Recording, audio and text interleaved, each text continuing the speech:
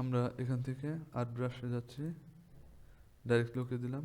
এরপরে এই লেখাগুলোকে আমরা কন্ট্রোল শিফট ও দিচ্ছি, এটা ভেঙে নিতে হবে, আদারওয়াইজ এটা এর ভিতরে যাবে না। তাহলে আমরা ঢাকা ভিতর দিলাম, ওকে, ঢাকা বাংলাদেশ ভিতর দিচ্ছি, আর্ট ব্রাশ, ওকে। তাহলে আমাদের এখানে অনেকগুলো ব্রাশ অলরেডি তৈরি করলাম। এরপর আমরা এগুলোকে ব্যবহার করব। যেমন আমরা ব্রাশ টুল নিয়ে যদি এটা ধরি, এটা ধরে আমরা চাইলে এখানে কোনো একটা শেপ তৈরি করতে পারি।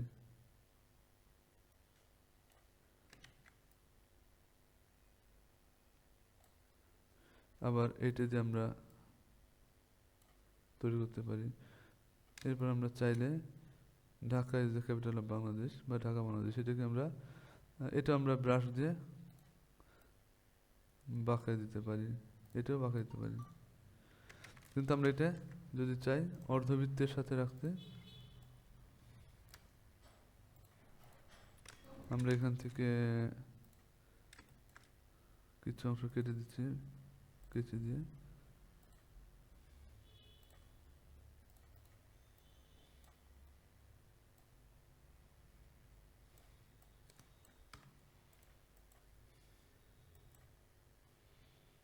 এখানে আমরা ক্লিক করি, এটা মুছে দিই। এরপর আমরা এই পার্ট থেকে আমরা Dhaka is the capital of Bangladesh এবং ঢাকা বাংলাদেশটা ক্লিক করলাম। তাহলে আমাদের পুরোটা বৃত্তাকারে হয়ে গেল, অর্ধবৃত্ত বা অন্য একটা শেপ যেটা নিচের দিকে আছে, অন্যটা লাইন, সরি। এখন এটা আমাদের ডানে বা উপরে নিচে অ্যালাইন করতে হবে। তাহলে আমার আগের এইটার উপর ডবল ক্লিক করি, এখান থেকে আমরা ফ্লিপ করে দিই দুইটাই, এরপরে ওকে দিচ্ছি, অ্যাপ্লাই টেক্সট হয়ে গেল। আমরা চাইলে ব্রাশগুলোর রং চেঞ্জ করতে পারি। তাহলে আমরা চাচ্ছি বাংলাদেশের এটার রং চেঞ্জ করতে, তাহলে আমরা এখানে ডবল ক্লিক করছি, ক্লিক করে আমরা মেথড থেকে টিন করে দিলে এটার রং চেঞ্জ হয়ে যাবে। এখন আমরা এখান থেকে রংটা চেঞ্জ করে দিলাম।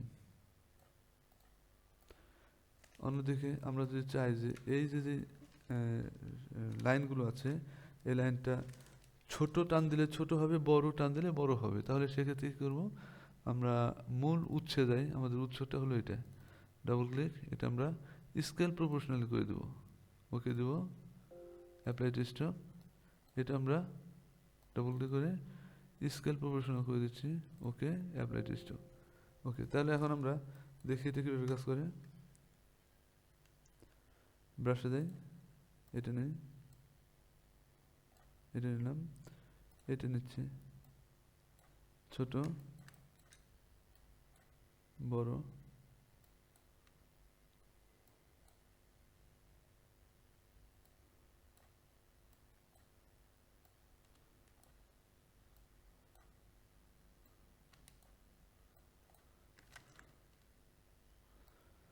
এইভাবে আমরা আর্ট ব্রাশগুলো বাইরে থেকে তৈরি করে ভেতরে নিয়ে আমরা বাইরে থেকে তৈরি করে ভেতরে আমরা দিয়ে দিয়ে একটা নির্দিষ্ট ব্রাশ তৈরি করে আমরা ডিজাইনের কাজগুলো শেষ করতে পারি। তাহলে আমরা আর্ট ব্রাশের পরে আমরা দেখি ব্লব ব্রাশ। ব্লব ব্রাশটা হলো এটা সিম্পল একটা শেপ আকারে হয়, যেমন আমরা এখান থেকে এটার ভিতর দিয়ে যে লাইন আছে, এই লাইনটা যদি ভেঙে ফেলি, এটা আমরা যদি এক্সপান্ড করে ফেলি, তো এটা শেপে পরিণত হয়ে গেল, কন্ট্রোল ওয়াই শেপ, কিন্তু অন্য অন্যগুলো লাইন। ব্লব ব্রাশটা ডাইরেক্টলি শেপে পরিণত হয়, তাহলে আমরা এটা একটু মুছে দিচ্ছি, এখান থেকে ব্লব ব্রাশে যাচ্ছি, ব্লব ব্রাশ আমরা চাইলে এখান থেকে ধরে এখানে যেতে পারি, এখান থেকে ধরে টান দিলে এখানে জয়েন হয়ে যাবে।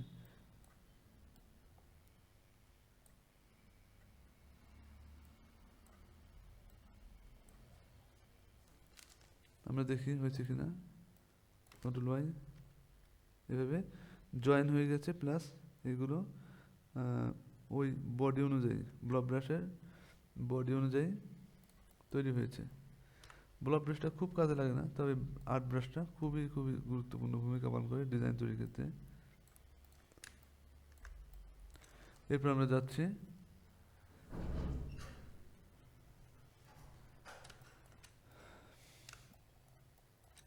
সিজার টুল।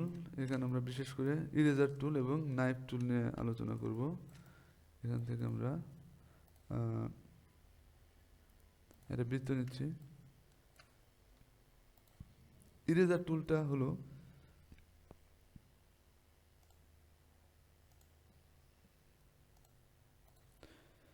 কোনো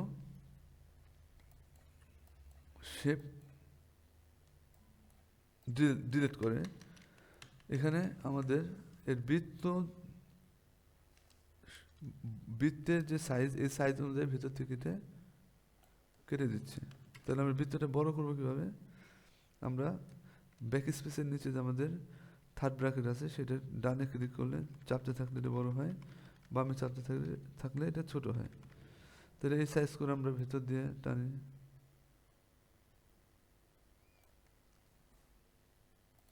তাহলে আমরা এটা তৈরি করতে সক্ষম হলাম। নাইফ টুলের কাজটা হলো যে আমরা যদি কোনো লেখা লিখে বড় করি, এটাকে আমরা অন্য ফন্টে যাই, মোটা ফন্টে।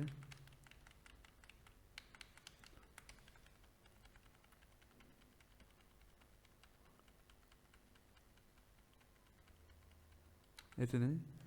এরপর আমরা এটাকে আমরা ভেঙে ফেলবো, শেপে পরিণত করবো, কন্ট্রোল শিফট ও চাপ দিয়ে।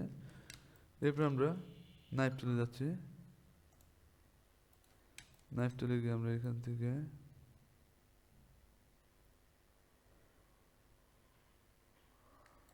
আঁকা বাঁকা করে আমরা এটা কেটে দিলাম। এখন আমরা এটাকে পুরোটাকে আমরা আনগ্রুপ করে দিলাম। এরপর আমরা এই সবগুলো নিচ থেকে ধরলাম, ধরে টান দিয়ে দেখি আমার ঠিকঠাক আছে কিনা। ওকে, ঠিক আছে। কন্ট্রোল জি দিচ্ছি, জি দিয়ে এইটাকে আবার কন্ট্রোল 3 দিয়ে অফ করে দিয়ে বাকিটা আবার ধরছি, কন্ট্রোল জি। এবার কন্ট্রোল 3 দিয়ে অন্য যেটা হাইড করেছিলাম সেটা ওপেন করলাম। এখন আমরা ইচ্ছা মতো ভিন্ন ভিন্ন রং দিতে পারি। এখানে গ্রেডিয়েন্টও দেওয়া যায়।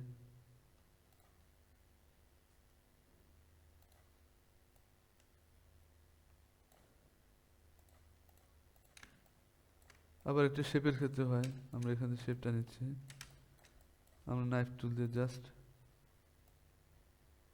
টান দিলাম, এটা কেটে গেল, কেটে গিয়েছে। এখন আমরা নতুন একটা রং দিই, তাহলে এই জিনিসটা বোঝা যাবে।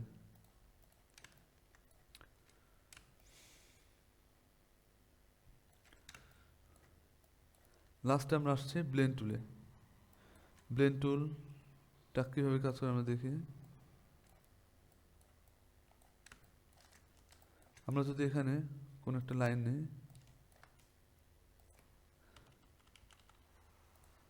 পরে যদি আমরা কোনো একটা লাইন নিই এখানে, তাহলে এই লাইনের থেকে এই লাইন একটা ব্লেন্ড ইফেক্ট দিবে।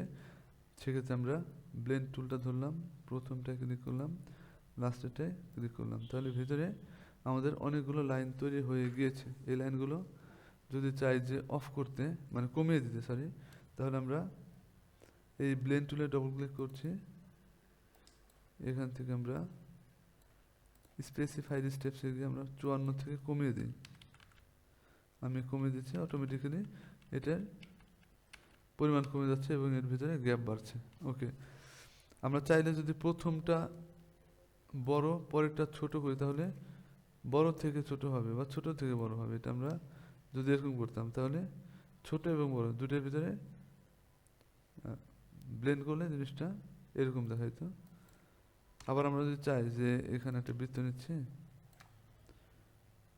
Feel, control C control F দিচ্ছি, এটাকে ভিতরে নিয়ে একটু ডার্ক করে দিই, দুটো ধরলাম, ব্লেন্ডে যাই। আমরা এখান থেকে অবজেক্ট থেকে আমরা ব্লেন্ডে যেতে পারি, মেখে যাই, অটোমেটিক্যালি এর ভিতরে শেপগুলো ব্লেন্ড হয়ে গিয়েছে। এখন আমরা এটাকে ডবল ক্লিক করছি